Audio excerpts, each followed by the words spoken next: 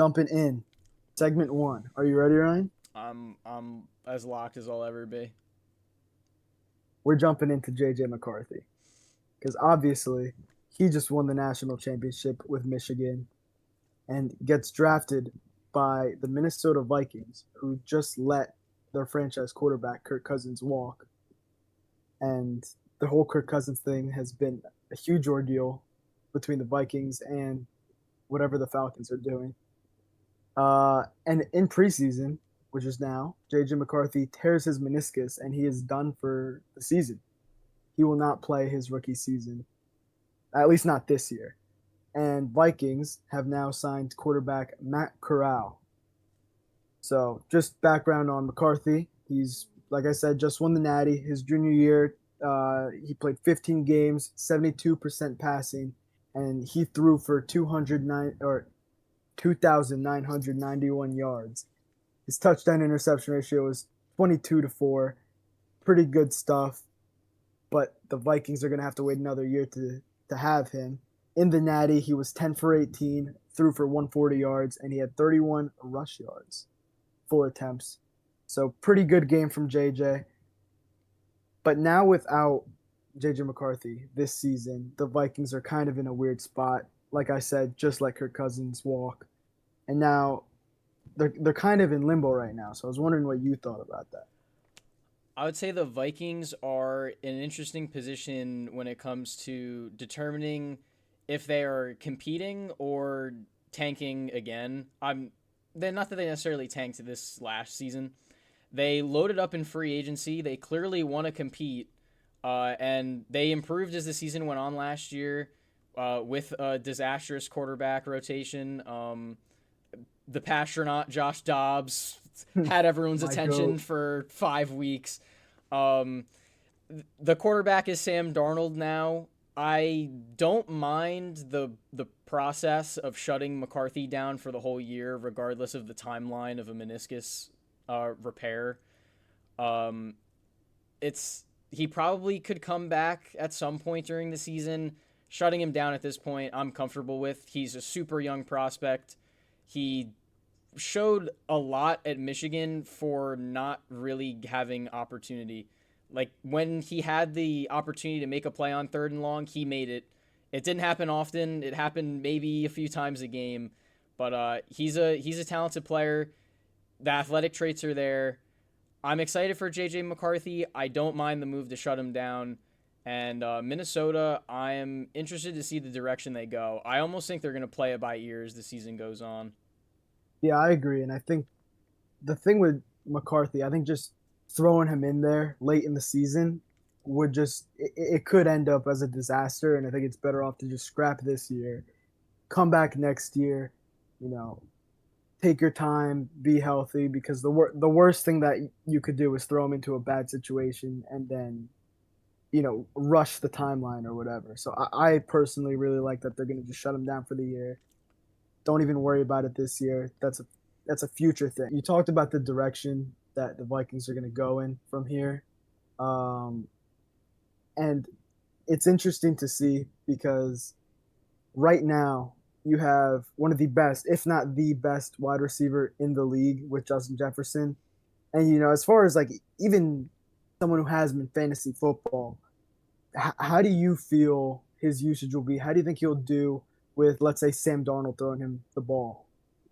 He's the same guy no matter what. He's the same guy no matter who his quarterback is. He's the same guy no matter how injured he is.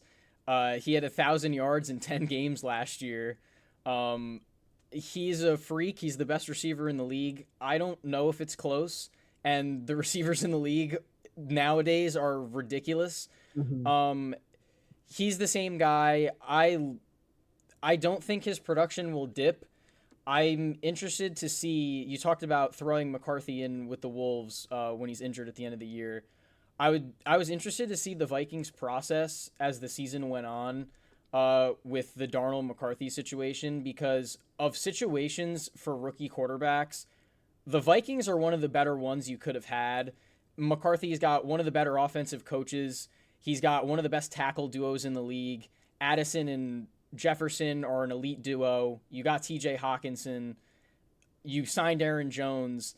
The situation is good. The team can be competitive. My thought was if Sam Darnold is a problem, but your team is competitive, maybe you trade for somebody. I don't think Jaron Hall is the guy either, although he might be a little better than Sam Darnold if you want to try playing him at some point. My fun thought on this was, hear me out, Jameis Winston for 1 year. It's not the craziest thing I've ever heard. I wouldn't mind it. I'm a big Jameis Winston guy.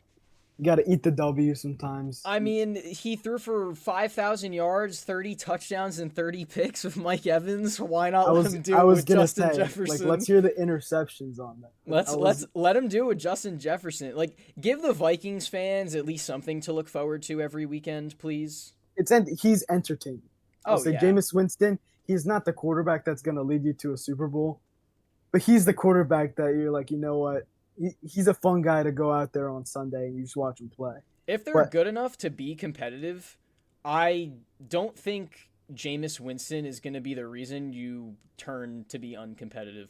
Like, if Sam Darnold is fine, borderline bad, and your team as a whole is performing pretty well, which they addressed a lot of things defensively as well. I mean, he's the guy I noticed. I kind of had circled. I heard rumors of Derek Carr. I hate that. Please don't do that. I don't. I pray that they don't. My thing from an entertainment, from like a standpoint of a Vikings fan, it's an entertainment.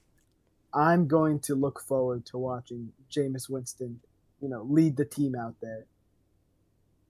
Sam Darnold, I feel like, all right. It's not going to get me juiced for Sunday. I'm not going to be excited to watch Sam Darnold lead the team out the tunnel. At least for me, I think that Jameis Winston brings an entertainment factor, even beyond football. I think he's just a fun guy. I think he's an entertainer. I think he's great at what he does. And what he does is throw interceptions. Yeah. So, I mean, you take what you can get. There's a trade-off there. I mean, in terms of backups in the league, he's easily one of the better ones. And I know Cleveland could definitely use him. But I have dreams of him just throwing it 60 yards down the field to Justin Jefferson like 10 times a game. Justin Jefferson somewhere down there somewhere. Just toss it up. Play ball, boys. There's no one with a better mentality like that than Jameis Winston in the league. I had a pretty fun thought as we wrap up the whole Vikings talk. Weird connection. This is kind of a reach.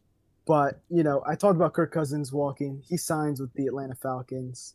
And then who did J.J. McCarthy just beat in the national championship? Quarterback. Oh, Quinn Ewers. No, Penix. What am I saying? Oh my goodness. What am I saying? Oh my god. What am I saying? First episode. That is tragic. Oh my god. You were the last person I would think would slip up on that. Wow. I can't believe I just said that. Yeah. Dude, editing skills, man. It's a wonderful thing. Jesus. That's staying in, by the way. We got to keep it in. It's the first episode. We get some bumps. Oh, my God. Happens. Wow. We roll with the punches. Wow. Michael Penix lost in the national championship game to J.J. McCarthy. Kirk Cousins signs with Atlanta, and Atlanta goes and drafts Michael Penix Jr. Makes no sense. End of the day, we won't stick on that too much, but it makes no sense at all. I just thought that was a weird connection between the Falcons and the Vikings, between Kirk Cousins and the two quarterbacks from this last national championship game. That's my little nugget between those two. But on that note, we're going to move on.